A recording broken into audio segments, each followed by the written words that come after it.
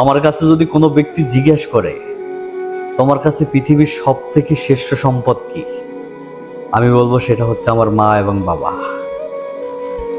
তোমাদের কাছে আজকে একটা সত্যি একটা কাহিনী বলি, আমার মায়ের একটা কাহিনী। শুনলে অবশ্যই তোমরা যে মাকে ভালোবাসো তার ভিডিওটা ভালো লাগবে আমি মনে করি। বাস্তব কাহিনী।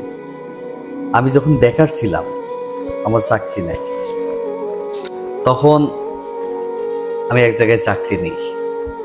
চাকরি নেওয়ার পর সেখানে আমি 9 মাস চাকরি করি। 9 মাস চাকরি করার পর সেখান থেকে আমাকে যে কোনো কারণবশত আমাকে বাদ দিয়ে দেওয়া হয়, চাকরিটা আমার চলে যায়। তখন আমি বাসায় চলে আসি। তখন আমার মাও কান্না করে, আমার বাবাও কান্না করে, সবাই শুধু কান্না করতেছে।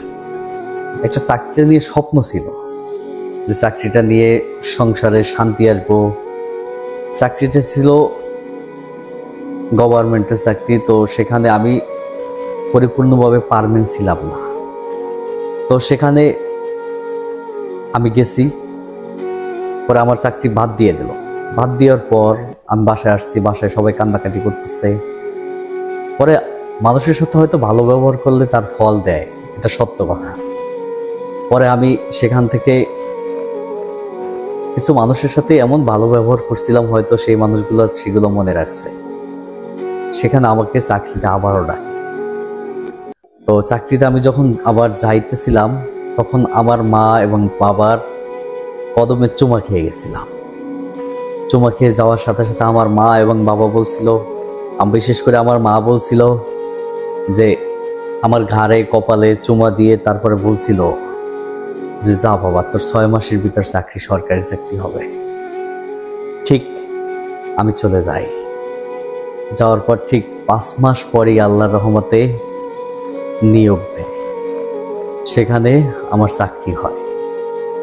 এটা আমার মায়ের দোয়া, আমার মায়ের ভালোবাসা, আর কিছুই না।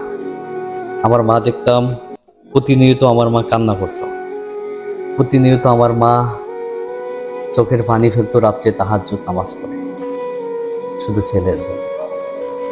তাহলে আর মায়ের দোয়া আল্লাহ সাথে সাথে কবুল করে দেয়, সেটার প্রমাণ আমি। এই জন্য প্রতিটা মানুষ যাকে ভালো না বাসলেই নয়, মা এবং ভালো বাবা, তাদেরকে কখনোই অবহেলা করো না, কখনোই তাদের মনে কষ্ট দিও না।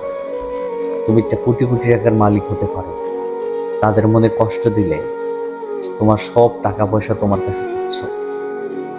তাদের ধরে রাখো, থাকতে মূল্যায়ন করো, চলে গেলে আর কান্নাকাটি করে কোনো লাভ নাই।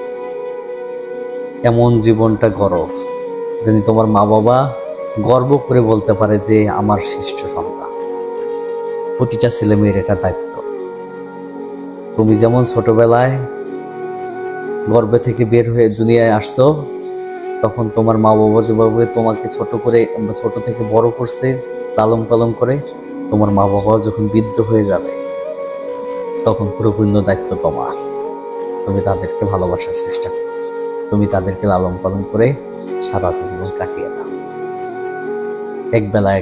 একবেলা নয়, একবেলা খাও, তারপরও অপরন্ত শান্তি পাইবা। এপারও শান্তি, ওপারও শান্তি। তাই মা বাবাকে কখনোই কষ্ট দেবে না। তোমার শ্রেষ্ঠ সম্পদ ঘরে, তাদেরকে কখনোই অবহেলা করবে না। সত্য কথা বললাম।